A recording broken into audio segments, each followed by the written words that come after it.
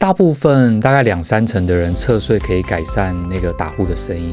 那如果真的不是很确定的话，我们会帮病人排一个叫睡眠检查。那在睡眠检查的过程呢，我们就会看你侧睡的时间到底占了你全部睡眠的时间有多少百分比。